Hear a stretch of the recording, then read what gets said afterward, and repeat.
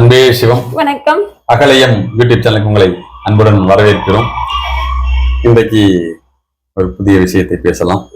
இன்னைக்கு நம்ம உடலுக்கு முழுசா புத்துணர்ச்சி கொடுக்கக்கூடிய ஒரு முத்திரை சொல்லி கொடுக்கலாம். நீங்க முத்திரை இதுல போகலாம்னு சொல்றீங்க. ரைட், முத்திரைகள் சார்ந்து கேட்கறீங்க. ரைட், நல்ல விஷயம். கை விரல்களை நீட்ட மடக்க செய்தாலே பல்வேறு நோய்களை நம்ம வெல்ல முடியும்.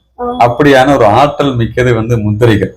முத்திரைகள்ல நிறைய விஷயங்கள் இருக்கு, எக்கச்சக்கமான முத்திரைகள் எல்லாம் இருக்கு.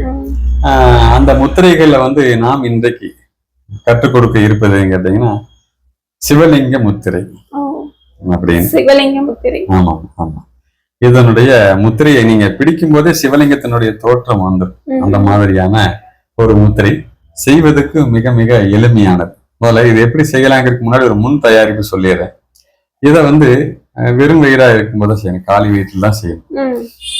கனமான உணவெல்லாம் எடுத்துக்கிட்டலாம். பொதுவாக முத்திரைகள் எல்லாமே காலி வயிற்றில் செய்யறோம். உடற்பயிற்சி எல்லாம் செய்யும் போது எப்படி இன்ஸ்ட்ரக்ஷன் சொல்றோமோ அதே மாதிரி வெறும் வயிற்றுல தான் இது செய்யணும். அதே மாதிரி கீழே ஏதாவது ஒரு விரிப்பு இருக்கணும், யோகா மேட்டு விரிப்பு.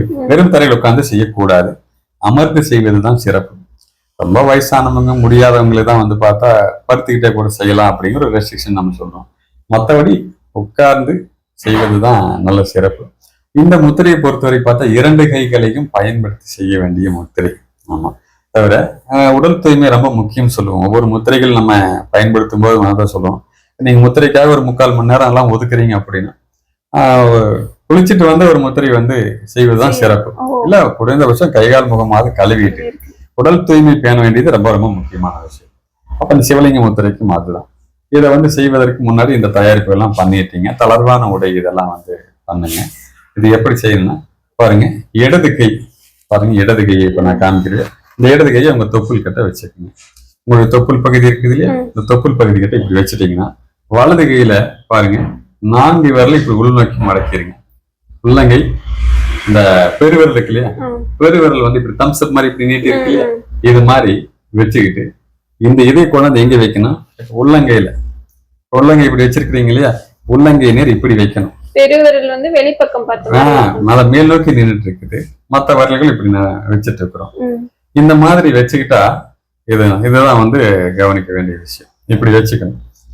கண்களை மூடி இந்த முத்திரையை நீங்க உட்கார்ந்துட்டு தியானம் மாதிரி கூட நீங்க இதை செஞ்சுட்டு வரலாம்.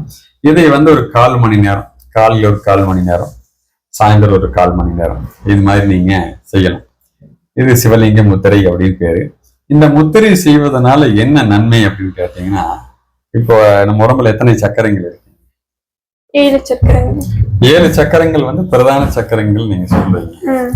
இப்போ 7 சக்கரங்கள்லாம் உபசக்கரங்கள் நிறைய இருக்கு. ஆமா, எண்ணிலடங்கா உபசக்கரங்கள் இருக்கு.